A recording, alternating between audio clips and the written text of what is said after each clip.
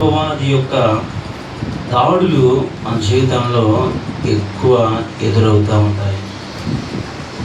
మరి మన నిర్ణయము ఎటువైపు ఉంటుందా?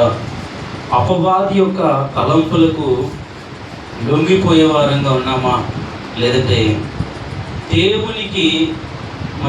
దేవుని యొక్క తలంపులకు స్థిరముగా నిలిచేవారుగా ఉంటూ ఉన్నాము?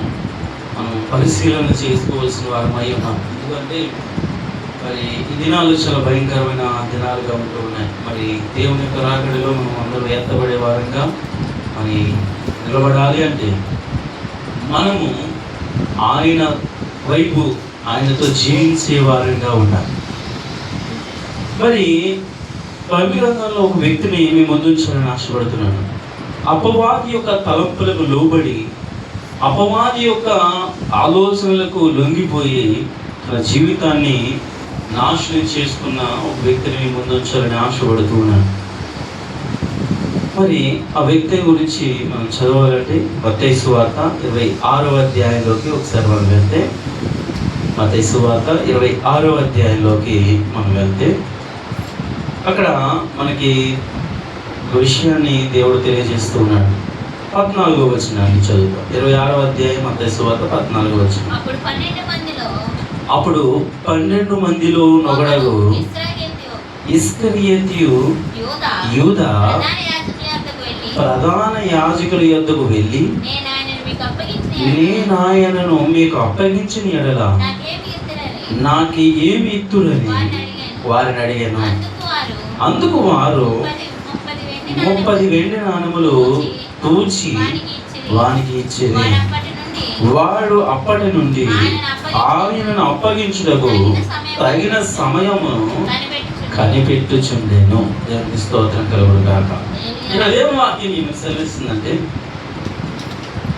యేసు ప్రభు వారి యొక్క శిష్యులలో 12 మందిలో ఒకడగు ఇస్కరియోతు యూదా అనే వ్యక్తిని తన ఆలోచనలతో మరి తన జీవితాన్ని నాశనం చేసే ప్రయాణంలోకి తీసుకువెళ్తా ఉంది.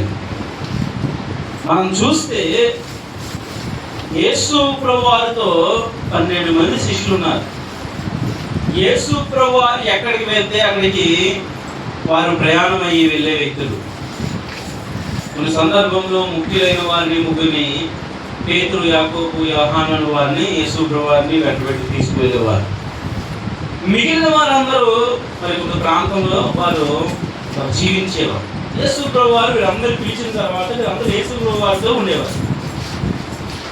కానీ మరి ఇక్కడ మనం చూసినట్లయితే యూదా యొక్క ఆలోచన ఎక్కడికి వెళ్ళింది అంటే, యేసు ప్రభు వారిని అప్పగించడానికి ప్రయత్నాలు చేస్తున్న వ్యక్తుల దగ్గరికి వెళ్తా ఉందండి తన ఆలోచన. యూదాకు ఎలాంటి ఆలోచన వచ్చిందంటే, దేవునితో ఉండాలి, దేవునితో జీవించాలి అనే ఆలోచన కాస్త పోయి ధనం మీద మోహం కలిగింది, ధనం మీద ఇష్టం కలిగింది. అందుకే అంటున్నాడు, మీరు నాకు ఏమిస్తారు? యేసు ప్రభు వారిని చెప్తే ఏమిస్తారు? అసలు యేసు ప్రభు వారిని అప్పగించాలి అనే ఆలోచన అతనిలోకి వస్తా ఉంది. ఇంకో విషయాన్ని మనం గ్రహిస్తే, యేసు ప్రభు వారిని పట్టుకుంటున్నారు, పట్టుకోవడానికి ప్రయత్నం చేస్తున్నారు అనే విషయం ఎలా తెలిసిందో అర్థం కాదు. యేసు ప్రభు వారితో తిరిగే వ్యక్తి అసలు ఏం ఆలోచన చేయాలి అంటే, యేసు ప్రభు వారు ఎక్కడ అద్భుతాలు చేస్తున్నారు, ఎక్కడ సూచక్రియలు చేస్తున్నారు అనేది ఇతని ఆలోచన అయి ఉండాలి. యేసు ప్రభు వారు ఎక్కడికి వెళ్తారు? ఇప్పుడు ఎవరైనా వచ్చి యేసు ప్రభు వారు ఎక్కడికి వెళ్తారంటే, ఈ రోజు షెడ్యూల్ ఇది, ప్రాంతం వెళ్తారు, బేతనీయాకి వెళ్తారు, రెస్టులోకి వెళ్తారు, ఎరుకోకి వెళ్తారని, ఇది తనకు తెలియవలసిన షెడ్యూల్. కానీ ఇతని ఆలోచన ఏమైందంటే, యేసు ప్రభు వారిని పట్టుకోవడానికి కొంతమంది ప్రయత్నం చేస్తున్నారు, వారు ఎవరో ఏమో తెలిసింది. మనం చదివినట్లయితే అదే 26వ అధ్యాయము 1వ వచనం నుంచి మనం చదివితే, యేసు ఈ మాటలన్నీ చెప్పి చాలించిన తర్వాత జరిగినది ఏమనగా, ఆయన తన శిష్యులకు చూచి 2 దినములైన పిమ్మట వచ్చిన నీవు అప్పుడు మనిషి కుమారుడు సిలువ వేయబడుటకై అప్పగింపబడినయు నీకు తెలియనని చెప్పి ఆ సమయమున ప్రధాన యాజకులను ప్రజల పెద్దలను కయప అను ప్రధాన యాజకుని మందిరంలోనికి కూడి వచ్చి యేసును మాయోపాయము చేత పట్టుకొని చంపవలనని ఏకమై ఆలోచన చేస్తా ఉన్నారంటండి. ఇది ఆ ఆలోచన. యేసు ప్రభువాన్ని ఏదో పట్టుకోవాలి, యేసు ప్రభువాన్ని ఆయన చంపేయాలని మరి ఈ యాజకులు, మరి ఈ వ్యక్తులందరూ అక్కడ వారి ప్రధాన యాజకులు అందరూ ఆలోచన చేస్తూ ఉన్నారండి. ఈ ఆలోచన యేసు ప్రభువుకి తెలుసు, ఎందుకంటే ఆయన మరి అన్ని గ్రహించగలిగిన వ్యక్తి. భవిష్యత్తు, భూత, వర్తమాన కాలాలను గ్రహించగలిగిన వ్యక్తి కాబట్టి మరి వీళ్ళ ఆలోచన యేసు ప్రభువు ఎరిగి ఉన్నాడు. కానీ మరి ఆయన శిష్యులైన వారైనా మరి యూదాకు ఈ విషయం తెలుస్తూ ఉందండి. ఆ నోట ఈ నోట యూదాకు తెలిసింది. యూదాకు తెలిస్తే యూదా మరి ఆయన మార్గంలో జీవించే వ్యక్తిగా, ఆయనను అనుసరించే వ్యక్తిగా ఉన్న వ్యక్తి అయితే ఏం చేస్తారంటే, అయ్యా ఇదిగో మరి యాజకులు, ప్రధాన యాజకులు, శాస్త్రులు మిమ్మల్ని పట్టుకోవాలని ప్రయత్నం చేస్తున్నారు, మీరు ఆ ప్రాంతంలోకి వెళ్ళొద్దు, ఫలానా ప్రాంతంలో దాక్కోండి అని ఇలా యేసు ప్రభువుకి సజెషన్స్ ఇచ్చి ఆలోచనలు చెప్పి యేసు ప్రభువుని కాపలి కాసుకునే వ్యక్తిగా ఉండాలి. తన శిష్యులు కూడా తోటి వారికి చెప్పాలి, ఇదిగో యేసు ప్రభువుని పట్టుకోవాలని వారందరూ ప్రయత్నం చేస్తూ ఉన్నారు, కాబట్టి మనం యేసు ప్రభువుని కాపుదలు ఇద్దాము, కాపుదలు కాసుకుని మన చేత మన మరి యేసు ప్రభువుని మనం కాపాడుకోవాలని చెప్పి వారికి ఆలోచన కోసం వ్యక్తి మరి దేవుని ఆలోచన నుంచి తప్పిపోయి అపవాది ఆలోచనలోకి వెళ్ళిపోయాడు.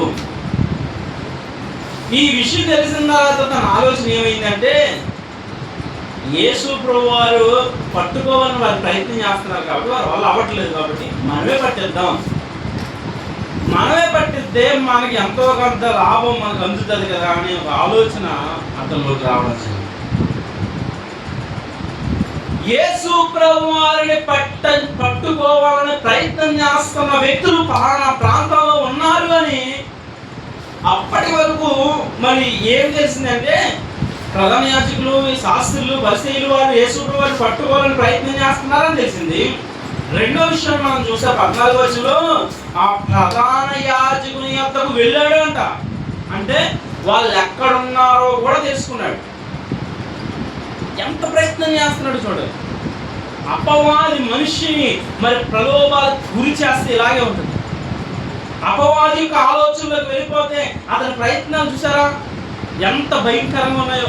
ఈ విషయం తెలిసిన తర్వాత నిలబడి సరి చేయబడవలసిన వ్యక్తి యేసు ప్రభువుని అమ్మాలి, అమ్మితే మనకు ధనం వస్తుంది అనే ఆలోచనలోకి వెళ్ళిపోయాడు. ఇంకా యేసు ప్రభువుని వెంబడించవలసిన వ్యక్తి ఆ పని మానేసి యేసు ప్రభువుని పట్టుకునే వారు వాళ్ళు ఎక్కడున్నారా అని వారిని వెంబడించడం ప్రారంభించారు. యేసు ప్రభువుని ఎక్కడికి వెళ్ళి ఏ కార్యాలు చేస్తారా కూడా నేను వెళ్ళాలి, శిష్యులు ఒక్కడే కదా, ఆయన కార్యాలు నేను పంచుకోవాలని ఆయన కూడా వెళ్ళవలసిన వ్యక్తి యేసు ప్రభువుని పట్టుకుని వారు ఎక్కడున్నారని చెప్పి ఆ ప్రధాన యాజకుని ఇంటి దగ్గరికి వెళ్ళాడు.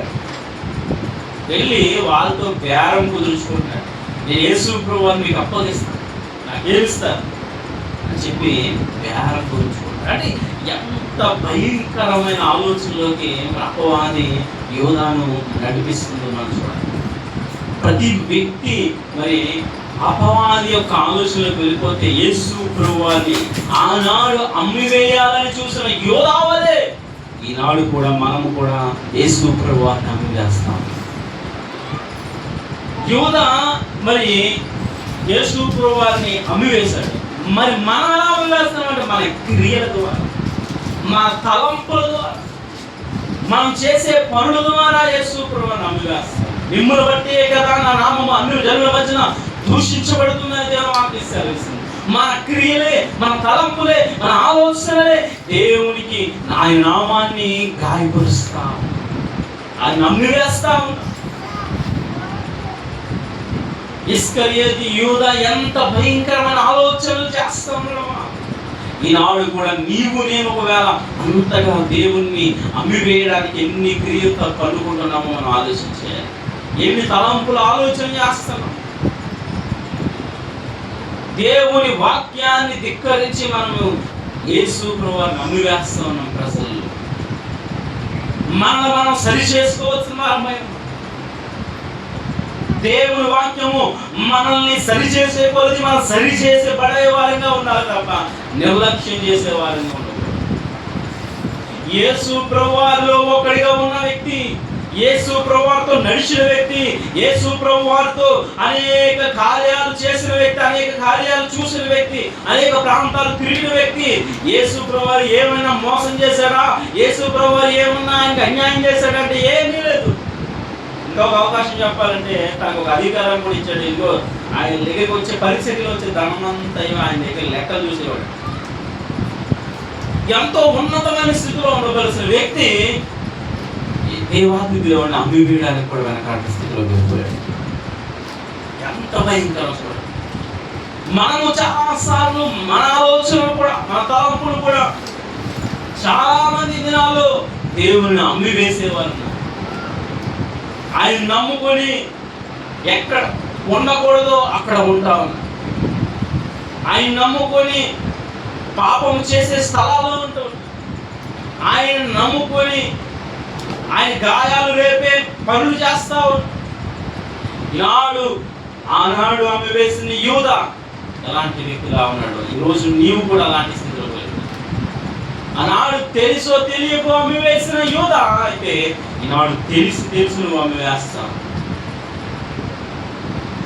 ఈరోజు నువ్వు ఏ విషయాల్లో దేవుణ్ణి అమ్మి వేస్తావు, ఏ సందర్భంలో దేవుణ్ణి అమ్మి వేస్తా ఉన్నావు. ఏదికి పిలువబడడానికి మాత్రం క్రైస్తవ బిడ్డగా పిలువబడుతూ, కానీ దేవుని గాయాలు రేపే వ్యక్తిగా ఉంటాడు. దేవుని అమ్మివేసే మన క్రియలే. దావీదును చూస్తే గొప్ప రాజుగా పిలువబడుతున్నాడు. దావీదుకు 10,000 కొలది అని గొప్పగా స్తుతులు పొందిన వ్యక్తి.